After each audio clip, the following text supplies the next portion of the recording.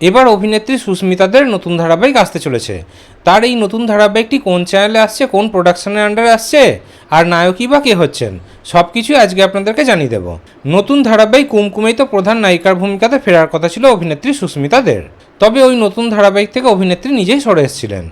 তখন তো দর্শকদের একটু মন খারাপ হয়ে গেছিল। তবে এবার সুস্মিতাদের ফ্যানেদের জন্য খুবই বড় আনন্দের খবর সামনে এলো। এবার স্টার জলসাতে আসতে চলেছে তার নতুন ধারাবাহিক। আর তার এই নতুন ধারাবাহিকটি কিন্তু খুবই জনপ্রিয় প্রোডাকশন হাউসের আন্ডারে আসতে চলেছে। বলতে পারেন বেঙ্গল টপার প্রোডাকশন হাউসের আন্ডারে আসতে চলেছে। কথা হচ্ছে স্নেহাশিস চক্রবর্তীর প্রোডাকশনের ব্যাপারে। এই প্রোডাকশন হাউসের আন্ডারে এই মুহূর্তে স্টার জলসায় পরশুরাম এবং বিদ্যা ব্যানার্জি সম্প্রচার হচ্ছে। পরশুরাম ধারাবাহিকটিতে বেশিরভাগ সপ্তাহে বেঙ্গল টপার হয়।